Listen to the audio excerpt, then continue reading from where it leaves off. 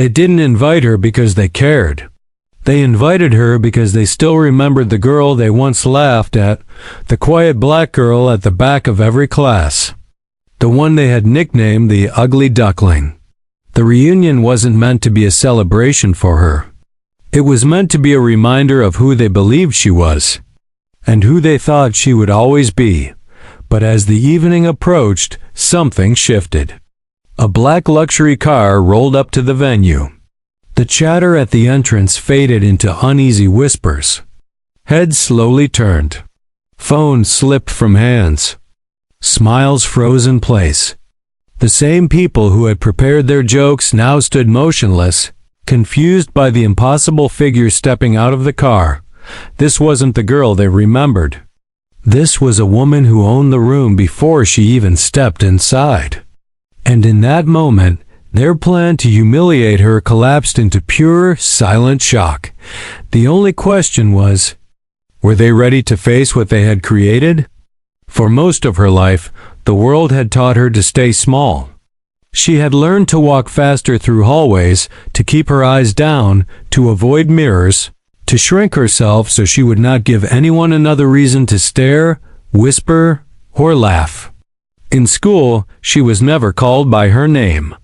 She was only known by the cruel label the others had invented, a name that followed her from classroom to cafeteria, from locker-lined corridors to the bus ride home. Each day felt like a silent endurance test, a quiet battle she fought alone, while others spent their teenage years laughing in groups, planning futures and building friendships. She spent hers observing from the outside. She found comfort in art magazines, old-fashioned catalogs, and sketches she kept hidden in worn notebooks. In those pages, she imagined a different version of herself. A version who walked with confidence, who was seen, who was admired instead of ridiculed. But imagination was safer than reality, and reality had never been kind. After graduation, she disappeared from their world completely. No social media traces, no updates shared among former classmates. To them, she became a forgotten joke from the past, just another name on a long list of people they no longer remembered with any importance. Life moved on. Or at least, they assumed it did. Years later, when the invitation for the school reunion was sent out, her name was not included with kindness. It was added almost as an afterthought. A cruel spark of entertainment for those who still carried their high school arrogance like a badge of honor. They imagined her arriving the same as she had always been, nervous, unsure, defeated by time. They imagined whispers, smirks, private laughter shared over drinks. What they did not know was that while they were busy living ordinary lives, she had been rebuilding her own piece by broken piece. City by city. Step by step.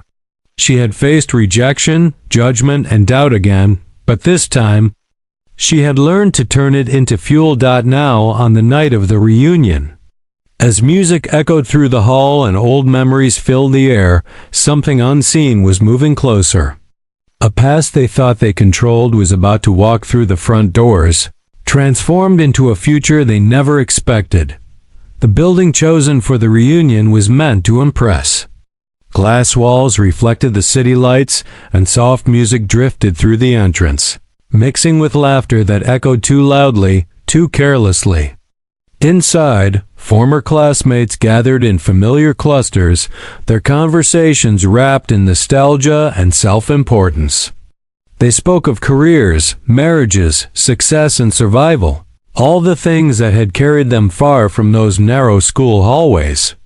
Yet beneath their cheerful tones was an unspoken hunger to revisit the power they once held over others. And somewhere in those conversations, her name resurfaced like an old rumor revived for entertainment. Some of them searched for her on their phones, scrolling through empty profiles, half expecting either pity or proof that life had crushed her as they once tried to. There was nothing. That only made the curiosity sharper. They imagined her arriving in an outdated dress, standing awkwardly at the door, scanning the crowd with quiet hope and familiar fear. They imagined the subtle smiles they would exchange, the whispers that would pass from person to person like poison wrapped in silk. To them, she was still a character trapped in the past, a story they already believed they knew the ending to. Near the entrance, a few lingered with drinks in their hands, eyes flickering toward the door each time it opened. Every new arrival triggered a restless glance and disappointed sigh. Time passed and the crowd thickened, filling the room with old faces wearing new masks. The laughter grew louder. The music softened the edges of memory, but not the cruelty that had once thrived there. Outside, the city kept breathing. Traffic pulsed in the distance. Then, a subtle shift cut through the noise. A deep, quiet hum of an engine announced the arrival of something different. A black luxury car rolled to a smooth stop in front of the entrance, its polished surface catching every surrounding light like a mirror. Conversations near the door paused. Eyes turned outward. Curiosity replaced laughter. The driver stepped out first, moving with calm precision before opening the back door. What happened next did not belong to the ordinary rhythm of the evening. One heel touched the ground, then another. A tall figure unfolded from the car, framed by the glow of streetlights and camera flashes from strangers nearby. Her presence changed the air itself, as if the atmosphere had tightened around her arrival. Whispers rippled through the crowd. People leaned closer to the glass, trying to identify this unexpected guest. The woman standing outside did not rush or hesitate. She moved with purposeful grace, her posture a declaration rather than a request for approval. Every detail of her spoke of intention, from the tailored elegance of her clothing to the controlled calm in the way she lifted her head toward the entrance. And then, recognition began to dawn. It arrived first as confusion, then disbelief, then a strange, creeping realization that left mouths slightly open and bodies frozen. The same eyes that once looked past her now traced every line of her silhouette in stunned silence.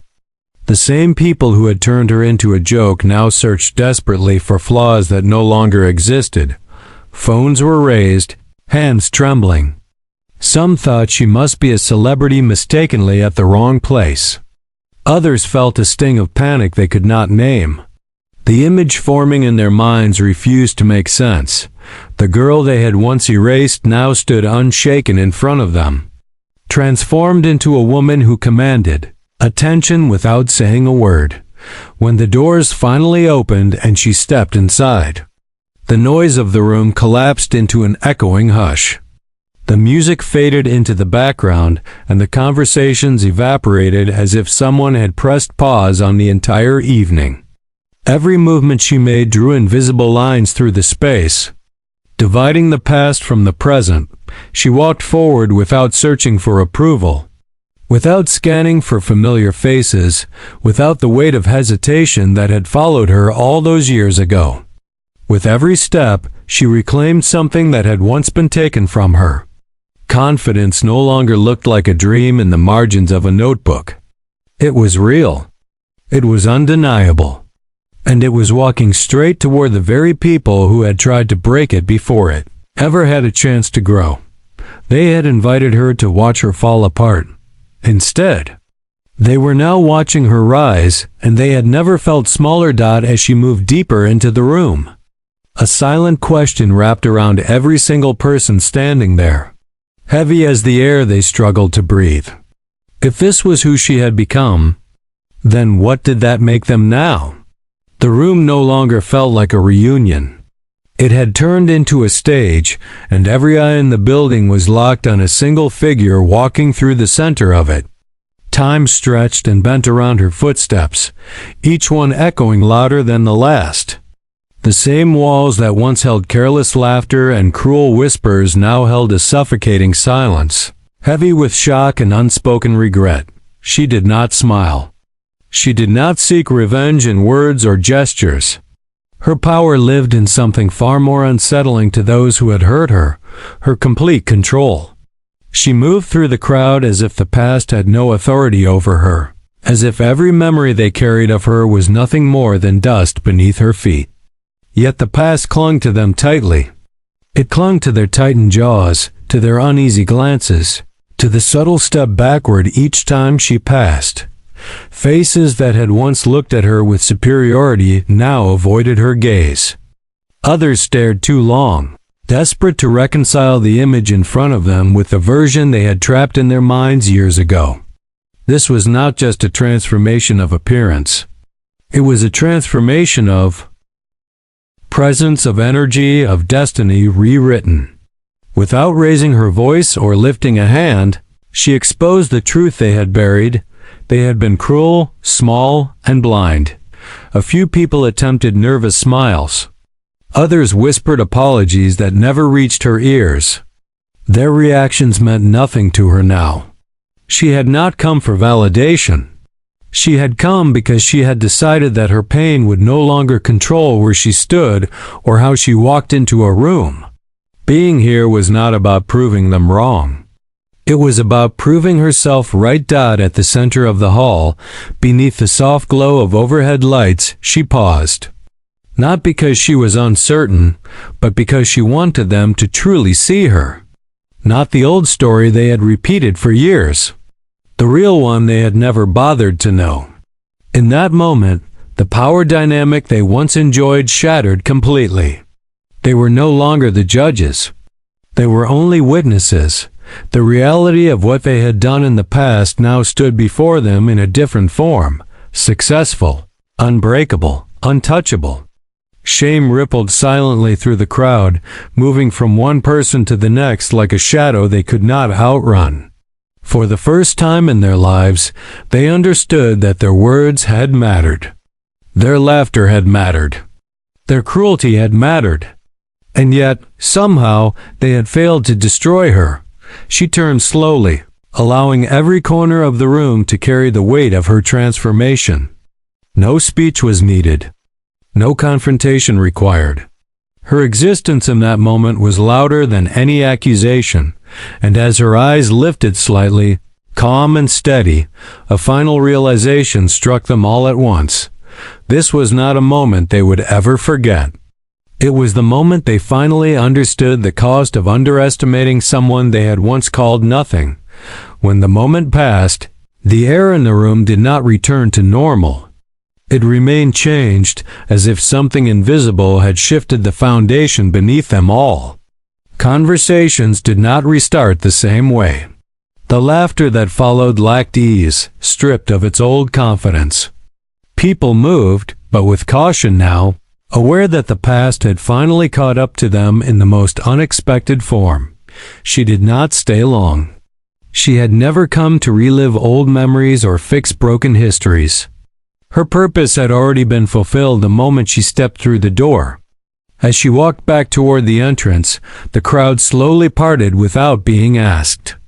Where once hands had pointed and voices had mocked, now there were only lowered eyes and quiet understanding of what they had lost the right to judge.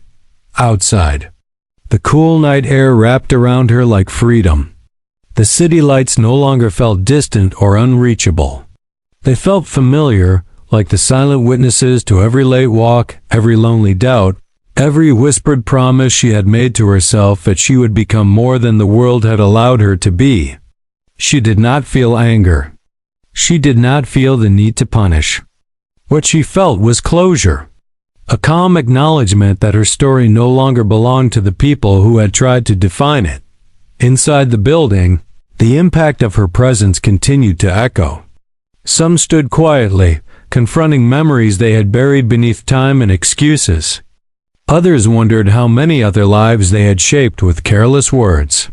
For the first time, reflection replaced arrogance. Regret replaced humor. Awareness replaced ignorance. The night that had been planned as harmless fun had transformed into an irreversible lesson. And she, the girl once labeled as invisible, had done nothing more than exist as she truly was. Her journey was not just about beauty or success. It was about survival. About rising from the weight of silent cruelty and choosing to transform it into strength.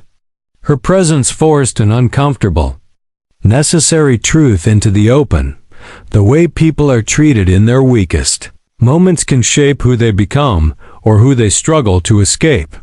She stepped into the waiting car, the door closing gently behind her, sealing off the past with a quiet finality.